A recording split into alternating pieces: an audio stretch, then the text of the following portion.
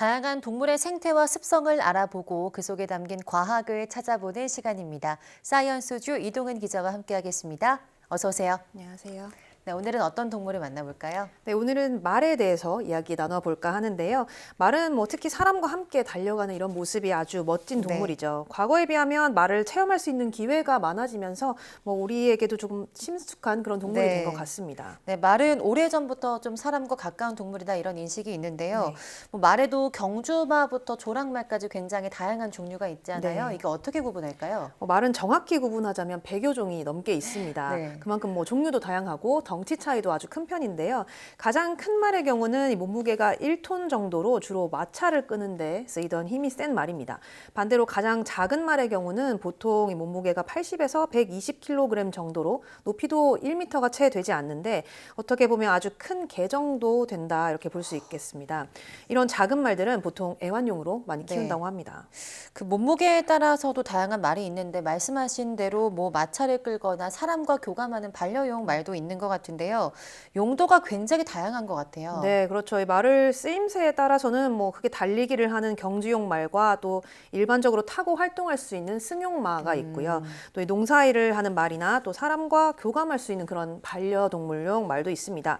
또 말은 기질에 따라서도 나눌 수가 있는데요. 크게 콜드블러드, 웜블러드, 핫블러드 이렇게 세 가지로 구분할 수가 있습니다. 먼저 이 콜드블러드는 주로 유럽의 추운 지방에서 유래된 말로 성격이 아주 침착하고 차분한 그런 말입니다. 잘 놀라거나 흥분하지 않고 인내심도 아주 강한 편인데요. 빠르게 달리기보다는 튼튼하고 힘이 세기 때문에 농사를 짓는다거나 짐을 끄는 용으로 많이 사용이 됐습니다.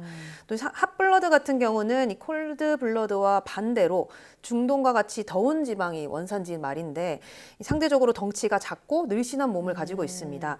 대신 이 흥분을 좀 쉽게 하고 감정 기복이 많은 편이긴 한데요. 몸이 가볍고 빠른 편이라서 주로 이 경주마, 경마에 많이 쓰인다고 합니다. 이들의 이 두 종 간의 중간 기질을 가진 말이 바로 웜블러드인데 체격이 적당하고 이 성격도 좀 온화한 그런 편이라서 승마라든가 마장마술 같이 그런 사람과 함께하는 기능 경기에 많이 쓰인다고 합니다. 네, 기질에 따라서 좀 말을 구분한다는 게 굉장히 신기한데요.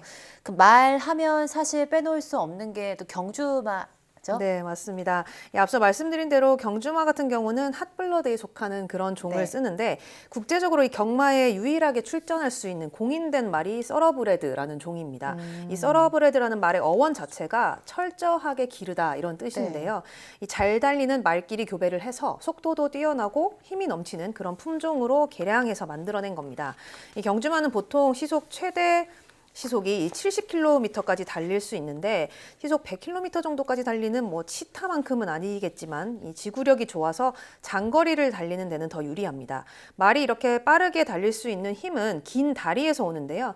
경주마는 보통 다리가 길고 가늘게 발달해서 보폭이 넓고 그만큼 빠른 속도로 달릴 수가 있습니다.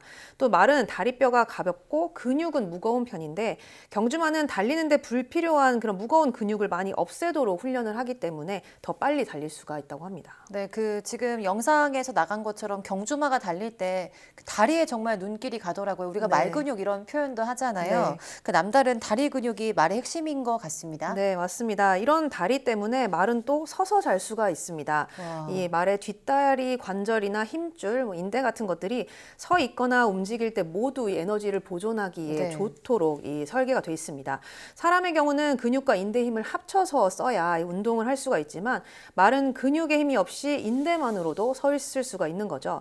근육을 쓰지 않으니까 에너지를 소비하지 않고도 체중을 지탱할 수 있는 겁니다. 말이 이렇게 발달하게 된 데는 이유가 있는데 야생에서 휴식을 취하다가 맹수가 갑자기 나타나면 앉거나 누워 있을 때보다 서 있다가 피하는 경우가 훨씬 더 이제 생존율이 높겠죠. 그렇지만 이 경주마들을 보면 이 눕거나 앉아서 자는 그런 말들이 있다고 하는데 아무래도 이 자신의 생명을 위협하는 그런 천적이 없다는 사실을 인지를 하게 됐을 거고요. 또 이 훈련으로 피곤한 몸을 빠르게 회복하기 위해서는 조금 더 이 편한 자세를 찾는 게 아닌가 이렇게 보입니다. 네, 그 서서 자는 동물 중에 기린도 있잖아요. 네. 기린도 천적을 피하고자 이렇게 서서 잔다고 알려져 있는데 맞습니다. 말도 서서 자는 수 있는지는 몰랐습니다. 네. 또 말이 달릴 때 보면 말발굽 소리라고 굉장히 유명하잖아요. 네. 그 말발굽 소리를 들어보면 굉장히 큰 힘으로 달리고 있다 이런 생각이 드는데요.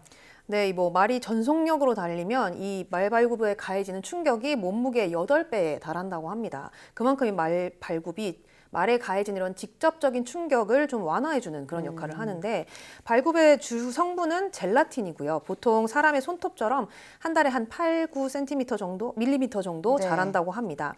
이 야생에서는 스스로 필요한 만큼 운동을 하기 때문에 발굽이 뭐 심하게 손상되거나 네. 그런 경우가 많이 없지만 경주마는 운동량이 많기 때문에 발굽이 빨리 닳아서 편자를 반드시 부착을 해줘야 합니다.